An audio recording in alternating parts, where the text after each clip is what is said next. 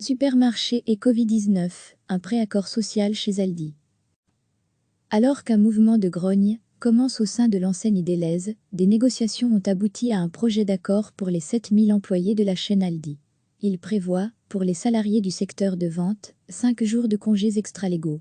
Les gens sous contrat à durée déterminée, les intérimaires et les étudiants sont inclus dans les personnels qui peuvent en bénéficier, évidemment en proportion des heures prestées pendant la crise sanitaire. Une augmentation d'1 € de la part patronale dans les chèques repas est également annoncée, de même que 300 € de bons de réduction à valoir sur des achats effectués dans les supermarchés Aldi.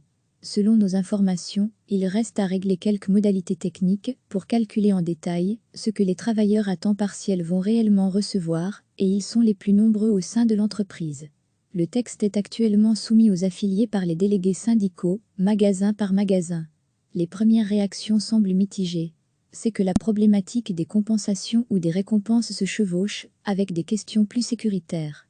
Le groupe Aldi, par exemple, ne poste toujours pas des gardes pour régler les flux de clients à l'entrée de ses succursales jusqu'à l'heure de fermeture en fin d'après-midi, et c'est une revendication souvent entendue.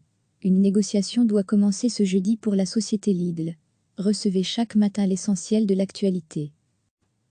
Alors qu'un mouvement de grogne commence au sein de l'enseigne Delhaize, des négociations ont abouti à un projet d'accord pour les 7000 employés de la chaîne Aldi. Il prévoit, pour les salariés du secteur de vente, 5 jours de congés extralégaux. Les gens sous contrat à durée déterminée, les intérimaires et les étudiants sont inclus dans les personnels qui peuvent en bénéficier, évidemment en proportion des heures prestées pendant la crise sanitaire. Une augmentation d'1 € de la part patronale dans les chèques repas est également annoncée, de même que 300 € de bons de réduction à valoir sur des achats effectués dans les supermarchés Aldi. Selon nos informations, il reste à régler quelques modalités techniques pour calculer en détail ce que les travailleurs à temps partiel vont réellement recevoir, et ils sont les plus nombreux au sein de l'entreprise. Le texte est actuellement soumis aux affiliés par les délégués syndicaux, magasin par magasin. Les premières réactions semblent mitigées. C'est que la problématique des compensations ou des récompenses se chevauche avec des questions plus sécuritaires.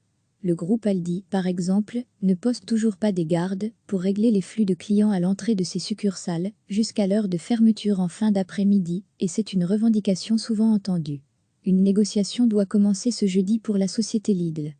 Cliquez sur s'abonner pour recevoir les dernières nouvelles.